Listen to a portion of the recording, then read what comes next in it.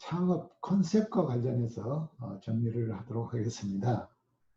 네, 여기에서는 첫 번째 컨셉이라고 하는 것이 무엇인지에 대해서 정의를 한번 좀 보도록 하겠고요. 그리고 컨셉이라고 하는 것이 어떤 본질을 가지고 있는지, 그리고 왜 컨셉이 중요한지에 대해서 보도록 하겠습니다. 네, 그리고 컨셉은 어떤 구성 요소들을 가지고 있는지, 네, 그리고 우리가 컨셉의 설계와 관련해서 훌륭한 컨셉은 어떤 조건을 가지고 있어야 되는 건지에 대해서 정리하는 그런 시간을 갖도록 하겠습니다. 창업 컨셉과 관련해서 정리를 해보도록 하죠. 첫 번째, 컨셉이라는 게 뭐냐? 정의를 한번 좀 정리를 해보도록 합니다.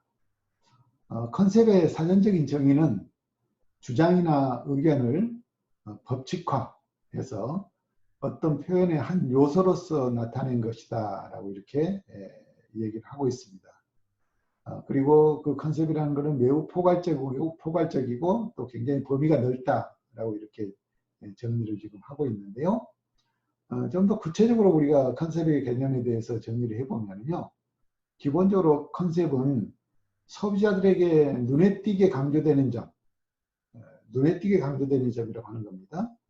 또 동시에 생산자에게는 당연히 그러한 메시지나 이미지가 표현될 수 있게끔 하는 것, 이게 바로 컨셉이다라고 이렇게 정리를 해볼 수 있을 것 같습니다. 소비자가 쉽게 이해할 수 있어야 된다는 것이고요. 또 생산자나 판매자에게 있어서는 소비자들이 당연히 이런 메시지로 인식할 수 있다, 이미지를 받아들일 수 있다라고 여기는 내용들, 이런 것들을 바로 컨셉이다라고 이렇게 정리를 해볼 수 있을 것 같습니다. 특정한 부분에 있어서는 한정되어지는 그런 측면도 없지 않아 있지만은 개념적인 부분에서 보면은 각각의 어떤 그 장점들을 최대한 전략적으로 만들어서 소비자들의 머릿속에 또 이미지 속에 각인시키면서 언제든지 그런 것들이 소비자들이 떠올릴 수 있게끔 하는 것, 이게 바로 컨셉이다라고 이렇게 정리를 해볼 수 있을 것 같습니다. 사실 컨셉이라고 하는 게 굉장히 어려운 그런 개념으로 우리가 받아들일 수 있는데, 이걸 좀 더 쉽게 생각하면은 어떤 이미지나 어떤 상품들이 쉽게 머릿속에 딱 떠오르는 것, 이렇게 떠오를 수 있었던 것은 바로 그 상품과 관련되어 있는 기업이나 또는 생산자가 소비자들이 그런 인식을 가질 수 있게끔 어떤 방식으로 노력을 했다라고 하는 거죠. 바로 그 자체가 컨셉이다라고 이렇게 우리가 정리를 해볼 수가 있을 것 같습니다. 자, 그러면은 컨셉은 기본적으로 어떤 본질을 가지고 있는가를 좀 정리를 해보았습니다. 세부적으로 하나하나 나열해서 정리를 했는데요. 이거를 크게 두 가지로 좀 묶어서 설명을 좀 드려볼까 합니다. 컨셉이라고 하는 것은 소비자를 유혹하는 것이다라고 하는 거죠. 일반적으로 우리가 상품을 통해서 소비자들의 구매 의욕을 이끌어내고 상품을 통해서 소비자들이 구매하는 행위를 쉽게 할 수 있다고 생각을 하는데, 더 본질적으로 들어가면은 그 상품 자체가 가지고 있는 컨셉이 역할을 하고 있다라고 이렇게 볼 수가 있을 것 같습니다. 그래서 우리가 다르게 얘기하면은 소비자들을 유혹하는 것은 상품이기도 하지만 그 상품 자체가 가지고 있는 컨셉이다라고 이렇게 우리가 설명을 해볼 수 있겠습니다. 실제 컨셉은 전략 또는 비전, 상품, 광고, 마케팅, 차별화 등 여러 가지 모든 분야에서 비즈니스와 관련된 그런 역할을 하는 매우 중요한 그런 기술 중에 하나다라고 이렇게 우리가 얘기를 하고 있죠. 컨셉은 상대적인 개념이 매우 강하다라고 하는 것입니다. 굉장히 중요한 내용인 것 같습니다. 상대적이라는 개념인 것입니다. 즉, 다른 회사와 비교해서 특징이 뚜렷한 회사, 또 다른 회사와 다른 사람과 비교해서 색다른 사람, 이런 사람들, 또 이런 상품들 우리가 굉장히 컨셉이 강하다라고 이렇게 얘기를 하죠. 다분히 상대적이라는 것입니다. 또 컨셉에 있어서의 차이는 매우 중요한 그런 차이를 식별할 수 있는 그런 능력을 가지고 있다라고 볼 수가 있겠습니다. 그렇기 때문에 우리가 어떤 상품들은 명확하게 컨셉을 가져야 된다라고 강조를 하는데, 바로 그거는 뭐냐 하면은 소비자들을 봤을 때 다른 상품과 이 상품을 구별하는 데 있어서 명확하게 이 상품의 이미지를 떠올릴 수 있게끔 하는 것. 이게 바로 좋은 컨셉이고 훌륭한 컨셉이고 컨셉이 가지는 기본적인 본질이다라고 이렇게 얘기를 할 수가 있겠습니다. 자, 이렇듯이 컨셉은 본질이기도 하지만은 또 하나 차이이기도 한다는 것입니다. 비교 근거가 된다는 거죠. 그리고 비교를 통해서 어떤 차이점을 인식하는 게 소비자들이기 때문에 그런 차이점을 인식하는 데 있어서는 컨셉의 또 다른 본질이다라고 이렇게 볼 수가 있겠습니다. 자, 상대적이므로 굉장히 라이벌 수준에 따라서는 컨셉이 다르게 평가된다는 거죠. 컨셉은 앞에서 말씀드렸지만 상대성이 매우 강합니다.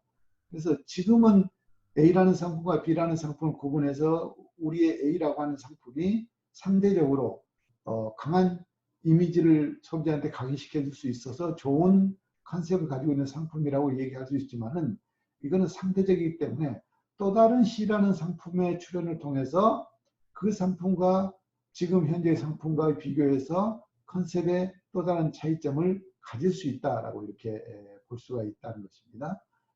이 컨셉은 절대적인 것이 아니다라고 말씀을 드릴 수가 있겠습니다. 컨셉은 상품과 기업의 운명을 좌우한다라고 얘기를 하죠. 하나의 방향, 또 동일한 습관, 또 협소한 그런 인맥 등을 통해서 발생하는 좁은 가치관, 또 낡은 법 체계에서는 이러한 컨셉들이 시장에서 제대로 기밀하게 소비자들의 인식을 반영하기가 쉽지 않다라고 이렇게 보고 있습니다. 그렇기 때문에 컨셉이라는 개념은 항상 변해야 되는 것이고 또 언제든지 새로운 컨셉들로 변환을 할 수 있게끔 지속적인 그런 개발, 컨셉의 개발과 더불어서 컨셉의 변화에 대해서 노력이 있어야 된다고 하는 것입니다. 그랬을 때 상품이 또 기업이 훨씬 더 유리한 조건에서 시장에서 선점을 할 수 있다고 볼 수가 있는 것이죠. 컨셉이 가지는 중요성에 대해서 정리를 해보았습니다. 어떤 계획을 실현시키기 위해서는 반드시 컨셉이 있어야 된다는 것이죠. 또 컨셉을 정해야 된다라고 하는 것입니다. 매우 중요하다. 이벤트를 한번 예를 들어볼까요? 컨셉이 없는 그런 이벤트는 컨셉이 존재하지 않기 때문에 단순한 이벤트다라고 이렇게 생각한다고 합니다. 즉 컨셉이 없는 이벤트는 무엇을 하는 것인지에 대해서 알 수가 없는 상태이고 그렇기 때문에 특별한 동기가 없이 갑자기 시작된다라고 생각하고 있고 또 특별히 의미를 전달할 수 없는 그런 이벤트다라고 이렇게 생각하기 때문에 컨셉이 없는 그런 이벤트 같은 경우에는 아무 의미가 없는 하나의 행사로서 취급될 수 있다라고 이렇게 보고 있습니다. 그러나 컨셉이 있는 이벤트 같은 경우에는 무엇 때문에 이 이벤트가 이루어지고 있고 이 이벤트를 왜 하는지 하는 것들을 명확히 하면서 그 이벤트를 통해서 어떤 특수한 우리가 목적으로 하는 그런 목표를 달성하는 데 의미를 둔다라고 이렇게 보고 있습니다. 이만큼 컨셉이라고 하는 것은 어떤 계획을 가지고 실현하는 것이 중요하다라고 이렇게 보는 것이죠. 두 번째, 컨셉이 불분명하면은 주의 주장을 정확히 나타낼 수가 없다는 것입니다. 그리고 또 참가자들 공감을 얻어내기가 쉽지 않다라고 하는 것이죠. 그래서 컨셉이 없기 때문에 이걸 통해서 상대한테 무엇을 알리려고 하는지 또 상대가 무엇을 알아주기를 원하는지를 획득할 수가 없고 그러니까 참가자들 역시도 마찬가지로 특별한 감흥을 얻지 못한다라고 이렇게 볼 수가 있다는 것입니다. 그래서 기본적으로 우리가 컨셉은 계획을 가지고 실천해야 되고 그 다음에 목적의식이 분명해야 되고 그리고 반드시 그 컨셉을 접한 소비자나 또는 구매자들에게 소비자들과 구매자들이 공감을 얻을 수 있게끔 이렇게 컨셉이 만들어질 필요가 있다고 볼 수가 있겠습니다. 컨셉의 구성 요소에 대해서 정리를 해보도록 하겠습니다. 우리 레스토랑의 예를 들어보면요. 레스토랑에서 필요한 그런 컨셉의 구성 요소들은 지금 보시는 것 같이 한 10개 정도로 정리를 해보았습니다. 구체적으로 하나씩 좀 설명을 좀 드려보겠습니다. 레스토랑에서의 컨셉은 무엇보다 중요한 게 먼저 상품, 즉 메뉴가 되겠습니다. 레스토랑의 상품 구성 중에서 음식, 상품은 고객에게 가장 유형적인 그런 상품으로서 레스토랑의 성공의 가장 큰 요소가 된다라고 볼 수가 있겠죠. 또한 경영에 있어서도 핵심이 될 수 있는 그런 요소일 수밖에 없습니다.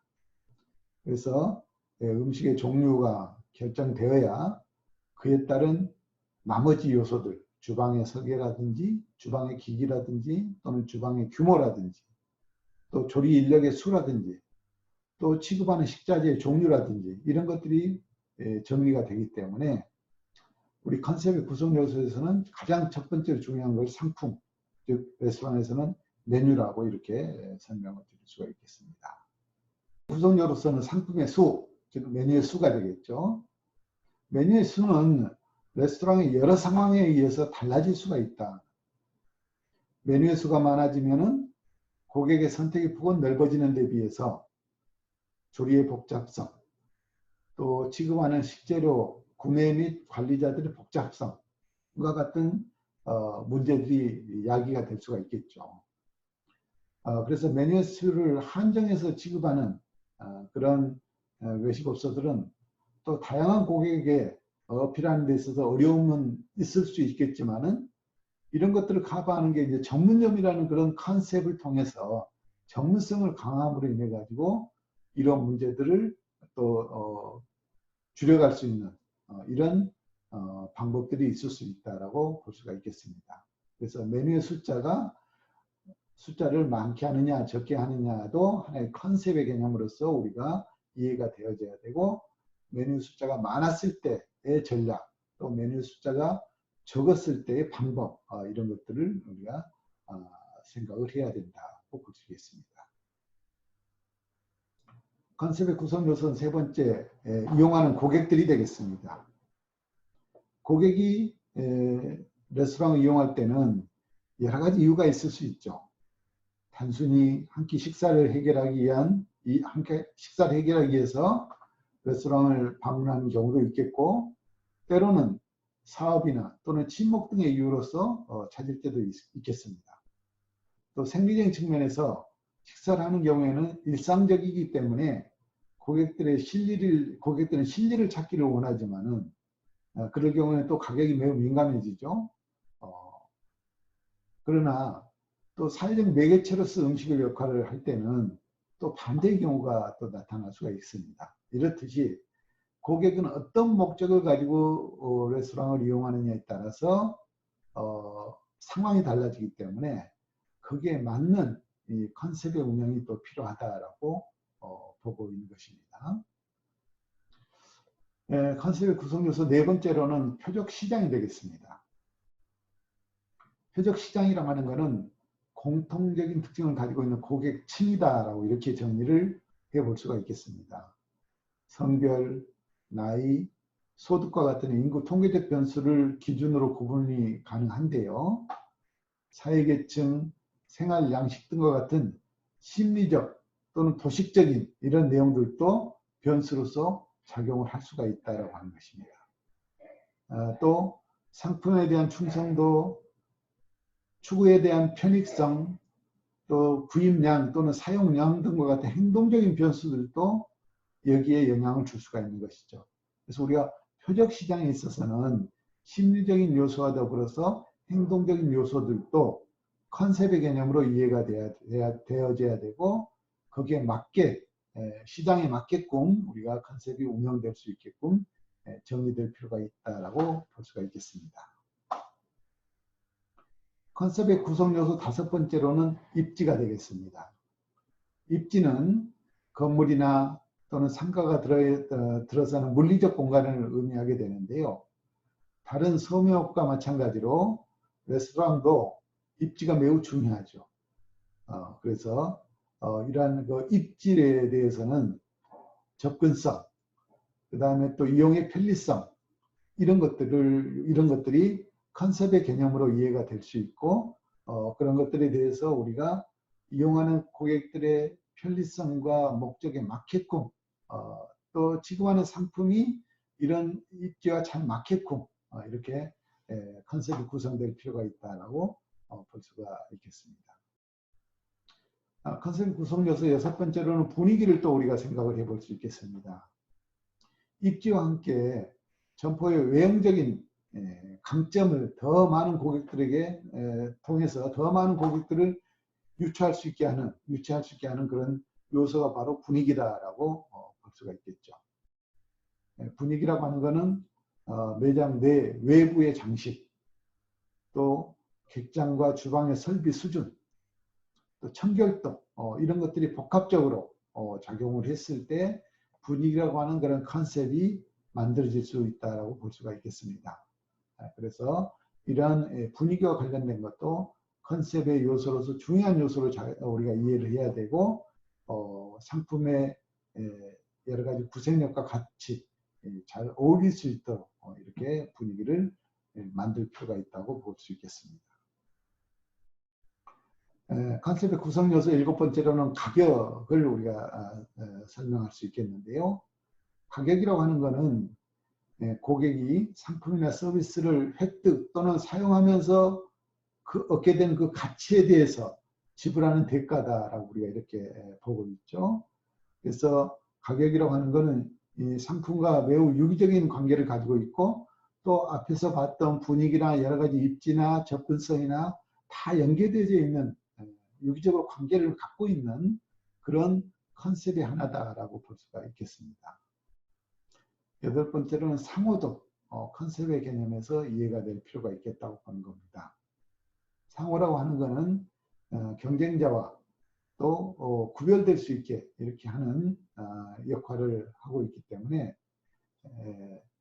이름, 또 단어, 로고, 디자인, 이런 것들이 총합이 이루어져서 상호라고 하는 컨셉이 역할을 한다라고 볼 수가 있겠습니다. 그래서 이런 상호를 통해서 레스토랑의 컨셉을 어느 정도 연상시킬 수가 있는 것이기 때문에 이러한 상호도 상당히 우리가 컨셉의 개념에서 접근할 필요가 있다라고 볼 수가 있습니다. 9번째로는 판매 방식이 되겠습니다. 고객이 외식업소를 레스토랑을 직접 방문해서 식사하는 것이 지금까지 관례였지만은 최근에 들어와서는 직접 방문하는 것보다는 고객의 편의성, 또 새로운 전략의 일환으로 테이크아웃이나 배달하는 이러한 시장들이 날로 커지고 있고, 또 새로운 시장으로 진입을 하고 있다고 볼 수가 있겠습니다.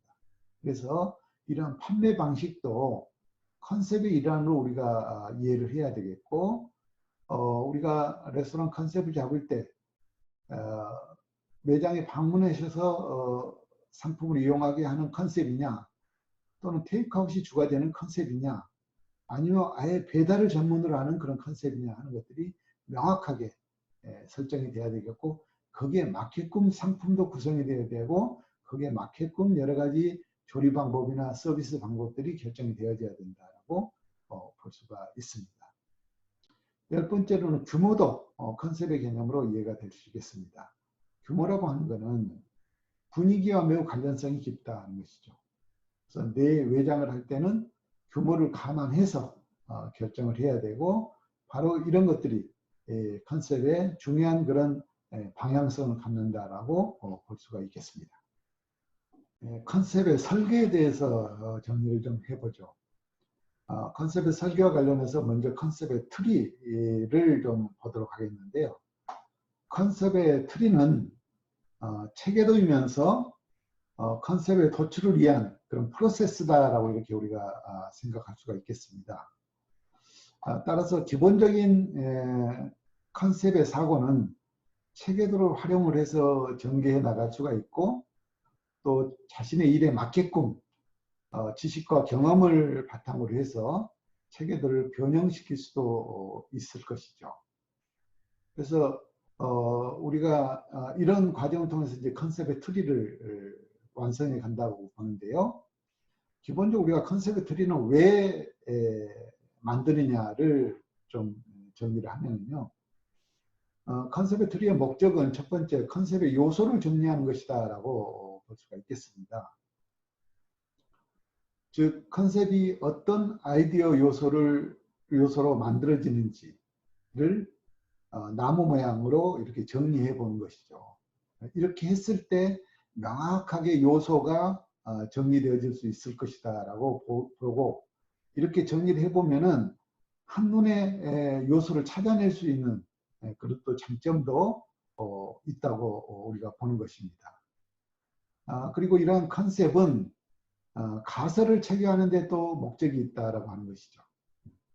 우리가 요소를 정리해 보면은요, 거기서 방향성을 찾을 수가 있고, 그 방향성을 토대로 우리가 가고자 하는 그런 방향으로 가능한지 체계를 파악하는 데 매우 중요하다라고 볼 수가 있겠습니다. 또 세 번째는 컨셉을 구축하는 전체 조건과 또 아이디어를 압축하는 데 있어서 큰 의미가 있다라고 보는 것입니다. 자, 이렇게 우리가 컨셉의 트리는 누가 어떤 목적을 가지고 어디에서 그려가느냐에 따라서 매우 달라지는데, 기본적으로 우리가 이 과정을 통해서 요소를 정리할 수 있어야 되겠고, 방향성을 찾아야 되겠고, 그 방향성을 체계화시키는 데 도움을 얻을 수 있으며, 또 전체적인 조건과 아이디어가 우리가 가고자 하는 방향으로 압축되어져 가는 과정을 컨셉 트리를 통해서 우리가 확인할 수 있을 때, 바로 이 컨셉 트리는 매우 중요한 그런 역할을 하고 있다라고 이렇게 정리를 해볼 수가 있겠습니다. 자, 우리가 컨셉을 정리할 때는 컨셉 매트릭스를 사용을 합니다. 이러한 컨셉 매트릭스는 기본적으로 4가지의 개념들이 정리가 되는데요. 컨셉의 요소를 정리할 수가 있고, 또 우리가 고객을 정확히 파악할 수가 있고, 또 컨셉의 본질, 속성을 알 수 있고, 그리고 컨셉 자체가 뭘 의미하는지 메시지를 정확히 이해할 수가 있겠는데요. 바로 이러한 4가지 매트릭스를 좀 정리를 해보면요. 첫 번째 컨셉의 요소 정리가 되겠습니다. 요소 정리는 컨셉 개발을 위해서 각종 요건, 또 자료, 환경 등을 정리를 한다라고 보시면 되겠습니다. 전략을 세우려고 하면은 환경 분석이 이루어져야 되고, 또 이러한 전략 분석과 같이 전략을 결정하는 데 있어서는 전제 조건들이 있어야 되는데, 바로 이런 전제 조건들 중에 상품의 컨셉이 만들어진다라고 보는 것이죠. 그래서 예를 들어서 가격이나 또는 목표 고객이나 원재료 등이 어떤 것들이 필요하고 어떤 요소로 갖추어야 되는지, 이런 것들은 바로 이 요소를 정리하는 과정 중에서 자연스럽게 정리가 된다라고 보겠습니다. 두 번째로는 고객입니다.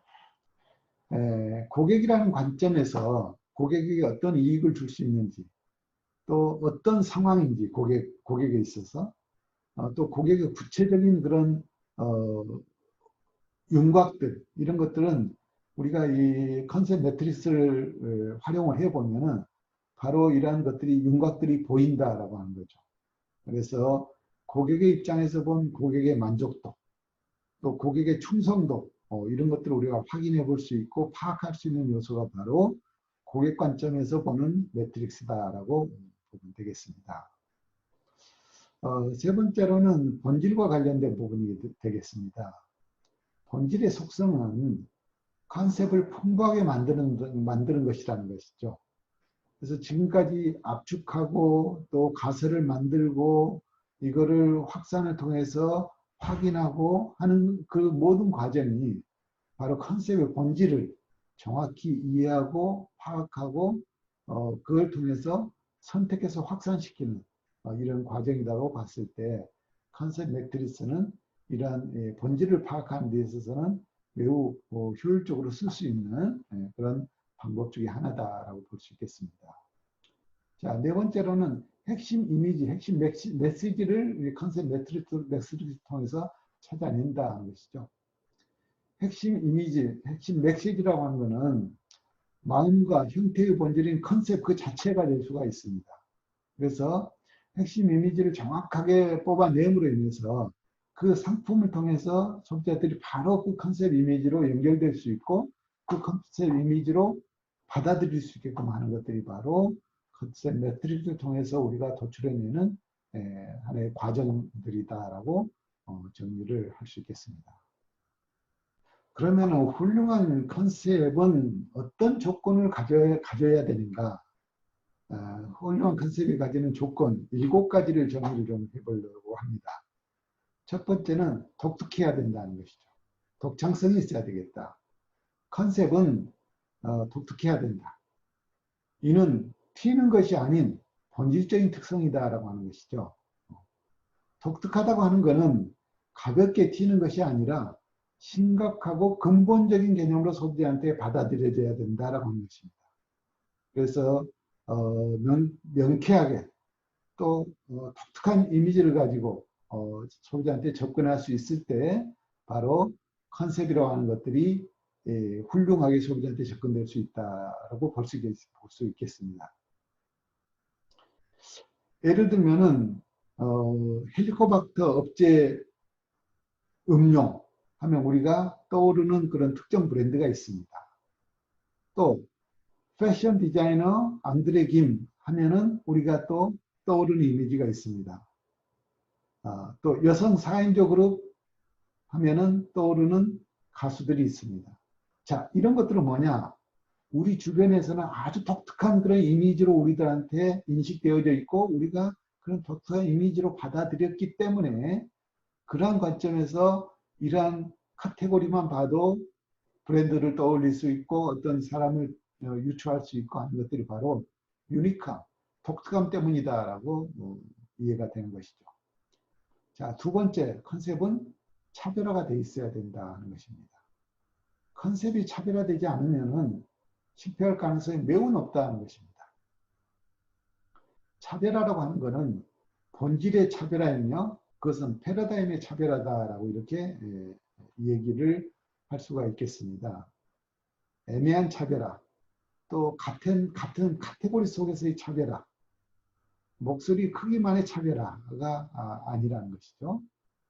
분명하게 소비자한테 전달되어질 수 있는 그런 패러다임의 차별화, 본질의 차별화가 중요한 요소다라고 이렇게 볼 수 있겠습니다. 또 세 번째로는 연관성이 있어야 된다는 것입니다. 연관성이라는 것은 개념론과 인식론 그 이상이다라고 하는 거죠. 컨셉과 회사, 또 컨셉과 기술, 컨셉과 브랜드, 이 모든 것들이 다 연관성이 있다라고 하는 것입니다. 그래서 이렇게 하나하나 연관성이 지어질 때 정확하게 우리가 그 컨셉을 이해하고 받아들일 수 있다라고 볼 수가 있을 것 같습니다. 네 번째로 훌륭한 컨셉은 다분히 고객지향적이다 하는 거죠. 몇몇 기업들은 고객 감동을 실천하고 또 사랑을 받으며 시장을 장악해 나간다 하는 것입니다. 바로 고객 지향적인 컨셉이 이런 역할을 하는 데 있어서 도움을 주고 있다라고 이렇게 볼 수가 있겠습니다.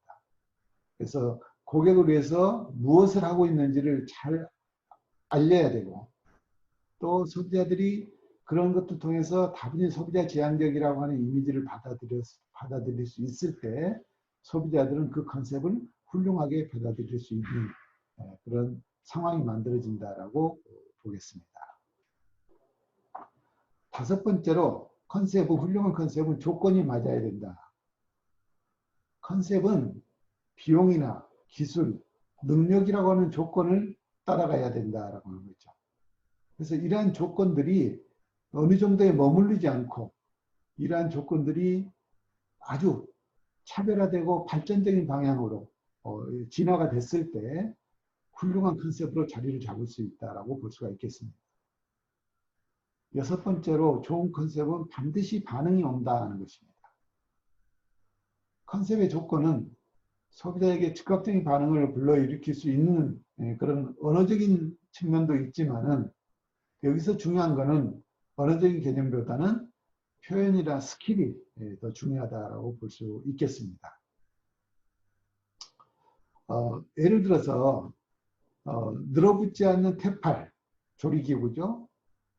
또 한국정에 관한 무슨 핸드폰, 카페인이 없는 무슨 음료, 이런 것들은 바로 명확하게 소비자들한테 반응을 전달해 줄 수 있고 또 평소에 소비자들이 그걸 쉽게 받아들일 수 있는 그런 환경 속에서 이러한 컨셉들이 주어지게 되면은 바로바로 소비자로부터 반응이 온다라고 볼 수가 있겠습니다. 그래서 소비자들에게 얼마만큼 반응이 오느냐 하는 것도 훌륭한 컨셉에서 굉장히 중요한 그런 요건이 된다고 볼 수가 있겠습니다. 마지막 일곱 번째로는 시나리오가 있는가라고 하는 것입니다. 컨셉을 검증하기 위해서는 컨셉을 실행에 옮기는 구체적인 시나리오, 즉 구체적인 방법이 있어야 된다는 것이죠. 여기서 구체적인 방법이라고 하는 것은 바로 체계적인 구성과 더불어서 이걸 어떻게 진행할 건지에 대한 시나리오를, 구체적인 시나리오를 얘기하고 있다라고 볼 수가 있겠습니다. 자, 이렇게 우리가 훌륭한 컨셉이라고 하는 것은 어떤 특정한 이미지를 소비자한테 전달했을 때 소비자가 느끼는 부분이 아주 독특하다고 느껴야 되겠고, 뭔가 차별화되어 있다는 감정을 얻을 수 있어야 되고, 그 다음에 뭔가 주변의 것들과 연관성이 이미지상으로도 연결이 되어야 되겠고, 그리고 정말 소비자를 위한 것인가 라고 하는 것들을 생각을 하게끔 하고, 또 여러 가지 주변 환경이나 조건에 잘 맞아야 되고, 무엇보다도 바로바로 소비자들로부터 즉각적인 반응이 올 수 있는 이런 것들로 컨셉이 구성되어 있었을 때 좋은 훌륭한 컨셉이다라고 우리가 생각할 수가 있겠습니다.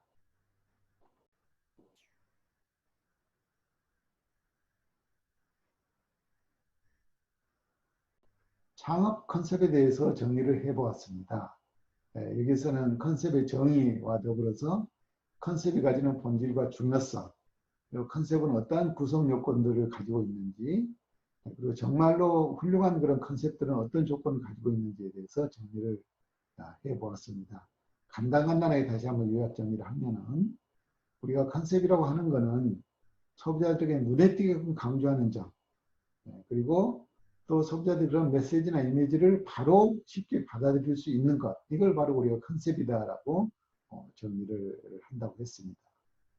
그리고 컨셉은 크게 보면 우리가 두 가지 개념으로 정리를 했는데, 소비자를 유혹하는 것은 우리가 상품이라고 생각하는데, 상품보다는 그 상품이 가지고 있는 컨셉이 오히려 더 맞는 개념이다라고 정리를 해봤고요. 또 컨셉은 상품과 또 기업의 운명을 좌우할 수도 있다라고 이렇게 우리가 정리해봤죠. 그래서 우리가 상품이라고 하는 컨셉이라고 하는 것은 비즈니스 현장에서 매우 중요한 그런 기술 중에 하나였다라고 하는 거. 그리고 컨셉은 굉장히 상대성이 강하다. 상대적인 개념이다. 절대적인 게 아니다라고 얘기했습니다. 상대적인 개념이다. 그래서 비교할 근거가 있어야 되겠고, 또 라이벌의 수준에 따라서는 계속 컨셉이 바뀐다라고, 다르게 평가된다라고 정리를 해봤습니다. 그리고 우리가 컨셉의 중요성에 대해서도 정리를 해봤죠. 그래서 우리가 어떤 계획을 실현하기 위해서는 반드시 컨셉이 있어야 된다 하는 거였고요. 두 번째, 컨셉이 명확하지 않으면 우리가 뭘 주장하려고 하는지 소비자가 이해하기 어렵고 또 소비자가 공감하기가 어렵다.